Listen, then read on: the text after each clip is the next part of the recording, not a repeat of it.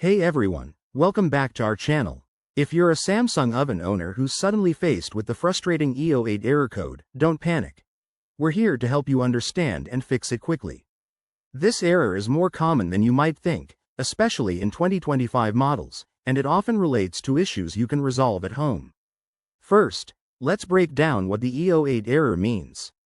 It typically indicates a problem with the oven's temperature sensor, which is responsible for monitoring and regulating heat. If the sensor isn't working properly, your oven might not heat up correctly, leading to this code flashing on the display. Now, what causes this error?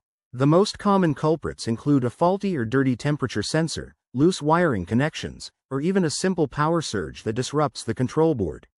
Sometimes, it's just a temporary glitch, but other times, it could stem from wear and tear over time. Let's get to the solutions. Start with the easiest fix. Unplug your oven from the power source for at least 5 minutes. This hard reset can clear minor errors and get things running again. Once you plug it back in, check if the error has disappeared. If that doesn't work, it's time to inspect the temperature sensor. Locate it inside the oven, usually at the back, and make sure it's clean and securely attached. Use a soft cloth to wipe away any dust or residue, as buildup can cause inaccurate readings. While you're at it, check the wires connected to the sensor for any signs of damage or looseness. If you find loose connections, gently secure them, but be cautious and unplug the oven first for safety. In more serious cases, you might need to replace the sensor or consult a professional technician.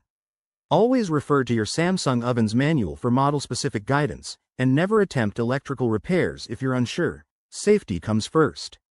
By following these steps, you should be able to banish that E08 error and get back to baking your favorite meals. If this video helped, hit that like button and subscribe for more handy fixes. Thanks for watching, and see you next time.